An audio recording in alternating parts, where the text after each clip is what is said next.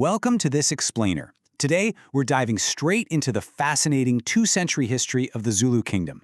We're going to map out an absolutely incredible story of lineage and legacy, charting the course of the Zulu Monarchy from its powerful founders in the 1800s all the way to the modern era. We'll be looking closely at how leadership has adapted through centuries of profound, world-altering change. Listen to these beautiful words. This is a traditional tribute drawn right from the special official funeral program of His Majesty King Zwelithini. Because honestly, to truly understand the present-day Zulu Nation, we really have to immerse ourselves in the reverence of its culture. These praise poems, or ezibongo, are absolutely central to the Zulu identity. They connect the present leadership directly to the spirit and the history of their ancestors. To map out this incredible history, our agenda is simple. Farewell to King Zwelithini, forging the Zulu Kingdom, colonial clashes and exile, navigating a divided era, and finally, legacy and the future. So, let's jump right into part 1. Farewell to King Zwelithini. King Zwelithini kaZulu had an absolutely monumental reign. Born in 1948, he took the throne in 1971 and led his people until his departure in early 2021, which was followed by his official funeral. That is exactly 50 years. 50 years. That makes him the longest reigning Zulu monarch in history. It's literally half a century of guiding his people through some of the most dynamic periods we've seen in global history. And the sheer scale of his modern legacy is just astounding. King Zwelithini wasn't just a figurehead, He was a vital proponent of cultural revival. He actively championed the Zulu language, he promoted a unified Zulu identity, and he worked tirelessly to uplift his people amidst some severe socioeconomic challenges. He made sure that as the world modernized, the Zulu culture didn't just survive, it was propelled forward. Moving on to Section 2, Forging the Zulu Kingdom. To fully appreciate the weight of the crown King Zwelithini wore, we've got to look at the very foundation of the kingdom.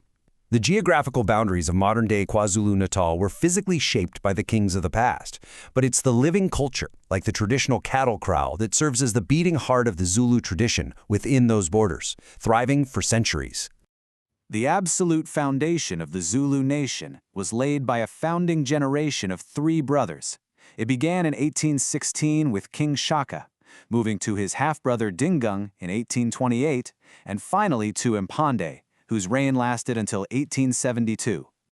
The story truly begins with King Shaka. Beyond his legendary military prowess, Shaka was a mastermind of structural reform. He didn't just conquer, he assimilated. He took a smaller clan and engineered it into a powerful, unified kingdom through sheer strategic brilliance. It was a real game-changer. But the crown's transition was anything but peaceful. In fact, this era was marked by intense, dramatic, internal struggle. Shaka was assassinated, which allowed his half-brother Dingani to take over. But then, Dingani was subsequently defeated by yet another half-brother, Mpande, who then became king. So it was an era defined by fierce, internal kingdom building. Section 3. Colonial clashes and exile. This brings us to an era of fierce external resistance.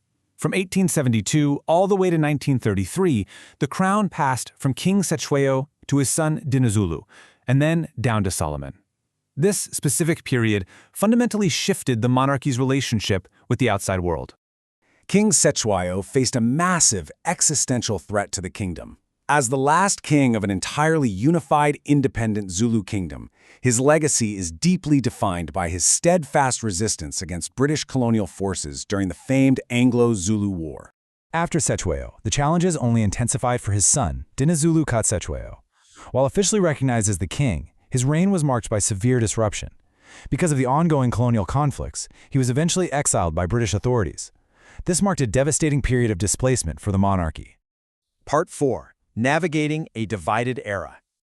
King Solomon Dinizulu assumed leadership under vastly different circumstances than his ancestors. He ruled after the British had formally established control over Zululand. Consequently, his reign wasn't defined by military expansion, but rather by a constant, daily struggle for the mere recognition of Zulu authority and the preservation of their culture. This heavy burden of navigating massive systemic and political challenges continued straight into the reign of his successor, Cyprian Bey Zulu, from 1933 to 1968. His tenure overlapped directly with the oppressive apartheid era in South Africa. The Zulu Kingdom had to incredibly carefully navigate this deeply divided political landscape just to protect its people and heritage. Finally, Section 5, Legacy and the Future. This incredible history underscores exactly why King Zwelithini's 50-year fight for cultural preservation was so absolutely vital. Think about it. He inherited a crown that had survived assassination, war, exile, and apartheid. His job was to ensure that the identity of the people remained unbroken, carrying those rich living traditions safely into the modern era. And now, the baton passes. The current leader, King Misuzulu, trades the historical battles of military conflict and colonial exile for equally daunting modern fights. Today, the focus is squarely on contemporary issues, navigating severe socioeconomic struggles and maintaining cultural preservation in a rapidly, almost aggressively, changing world. As we wrap up this explainer, I want to leave you with a provocative thought to ponder. We've seen how the Zulu monarchy has transformed over 2 centuries. So, as the kingdom faces the 21st century head-on, how will the new King Misuzulu navigate preserving centuries of rich, hard-fought heritage while adapting to our hyper-modern world? It's a challenge of leadership that will write the next great chapter of the Zulu monarchy. Thank you so much for joining me, and keep exploring.